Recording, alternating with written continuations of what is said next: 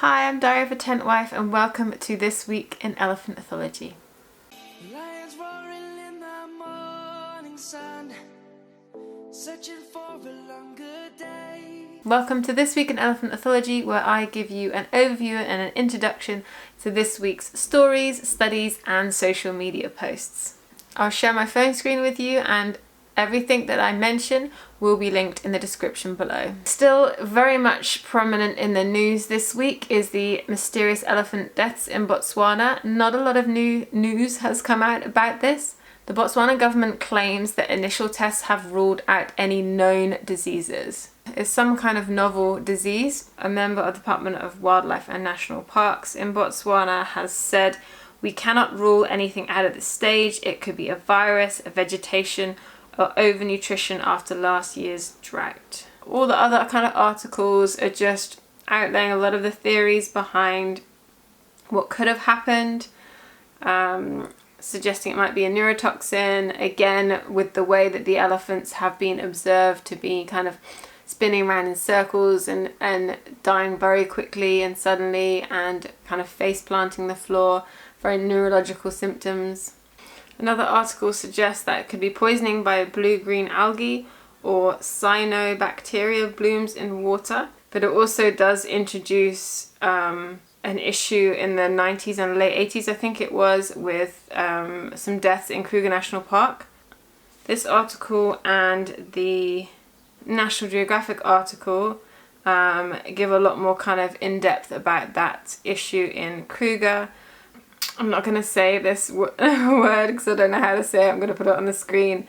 But it was sudden death preceded by neurological symptoms, and it's a rodent-borne virus which causes heart failure. So that would be a very sudden death. And it's found from the excreted feces of rodents. So elephants could easily eat the grass. I don't know if that's... It seems like a lot of elephants. I mean, in Kruger it was 60 elephants, so it is quite a lot. And it also happened after the first wet year following a severe drought, so conditions similar to Botswana at the moment. So yeah, I guess we just have to be patient and see what the next lot of results that come out say, and then hopefully we'll be told what all of the results have said and get some kind of understanding, as it is obviously very important. No elephant studies that I found this week that kind of touched on elephant behaviour at all. However, I did find an article about the IEF, International Elephant Foundation, and the projects that they have awarded grants to. So the International Elephant Foundation has given $700,000 worth of support for projects around the world looking at conservation of elephants since 1998. We, Game Rangers International, have been the happy recipients of one of these grants to support our project looking at human-elephant conflict on the outskirts of the Kruger National Park. Our project is the second on the list here, Behaviour-Based Human-Elephant Conflict Mitigation, combining tactical and homemade strategies. And it's in the communities neighbouring the Nkala Game Management Area near Kruger National Park, Zambia, Africa. So we'll share more information about this when we have a few more results and our kind of initial reports are out.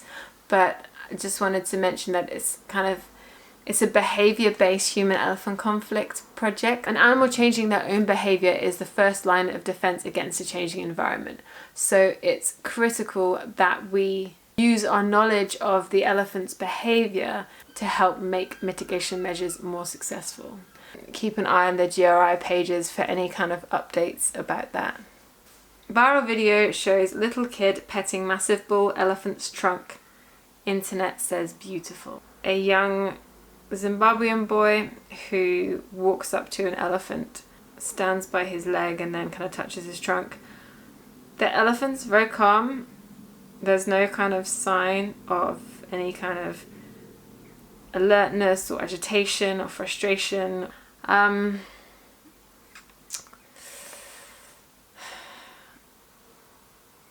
Yeah, I've got a few issues with this. While I know that some humans have very close relationships with animals, don't think the elephant is known to him. I think from what I gather, it is not a wild... Well, actually, it's obvious it's not a wild elephant. There's absolutely no way that that would happen with a wild elephant. That kid will be dead in seconds. You know, all this gentle giant stuff. That kind of irritates me a little bit when I read that. It really gives the wrong impression. I've seen many, many times where elephants have been far, far from gentle, and the amount of tourists that get killed by elephants because they get too close or feel like they can go and touch them. It happens way too often that people just don't seem to understand or respect how dangerous elephants can be, and I think it's because there's this myth that they're kind of these gentle giants, which is really not always the case. And yeah, I did read on one of the comments or somewhere that there was a handler nearby, and so the elephant is probably, I'm not even sure where about in Zim this elephant is. I'm guessing it is at some kind of safari interaction place, and that this elephant is very used to interacting. And I think that the handler was off camera somewhere. Even so, that the handler is far too far away, and if anything were to happen, if that elephant kind of got annoyed or irritated, the handler really wouldn't be able to do anything anyway.